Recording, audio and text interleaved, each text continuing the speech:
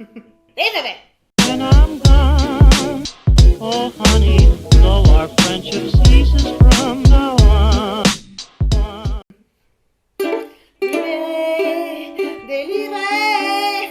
Oula, non, je ne sais pas du tout en faire, je vais éviter de vous casser les oreilles.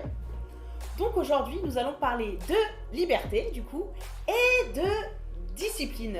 Alors vous allez me dire, ouais mais attends, la discipline, la liberté, mais il n'y a aucun rapport, quoi, c'est pas du tout lié, ça ne va pas du tout ensemble. Eh bien si, justement, bien au contraire, la discipline ne serait rien sans la liberté, et la liberté ne serait rien sans la discipline. Un enfant discipliné, c'est un enfant libéré, et vice-versa, un enfant libéré, c'est un enfant discipliné. Pour avoir la discipline, eh bien, il faut être maître de soi, il faut avoir un sens du devoir. Et cela, c'est possible grâce à quoi? Grâce à la liberté, grâce au libre choix, grâce à la volonté de l'enfant. Mais attention, l'enfant ne fait pas ce qu'il veut, non.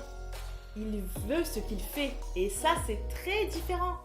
Donc, il y a deux choses très importantes pour permettre à l'enfant d'être libéré et de s'autodiscipliner, c'est l'ordre, toujours, et le mouvement. Donc ça peut vous paraître un petit peu flou encore tout ça, donc je vais vous donner des exemples tout simples.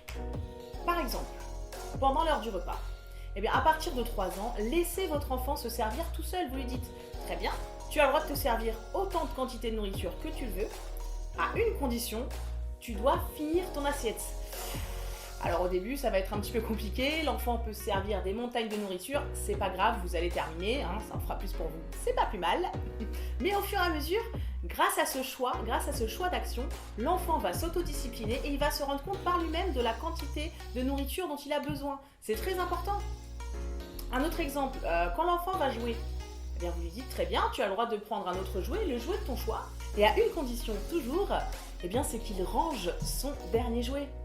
Donc donnez le choix à votre enfant, donnez-lui la liberté d'agir, de se déplacer, et c'est ça qui va lui permettre de s'autodiscipliner.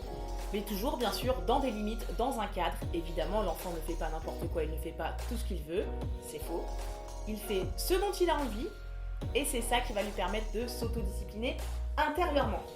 L'enfant, il a besoin d'un cadre pour se développer, ça c'est sûr, mais ce cadre, il ne doit pas être trop serré, parce que sinon l'enfant, il ne peut pas bouger, il ne peut pas être libre. Non!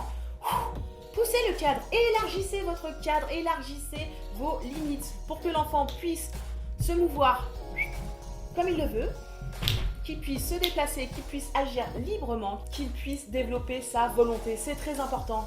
Et voilà, discipline, liberté, toujours ensemble. Bon, sur ce, moi je vous laisse, j'ai une manif à finir. Libérez l'enfant! Libérez l'enfant! Libérez l'enfant!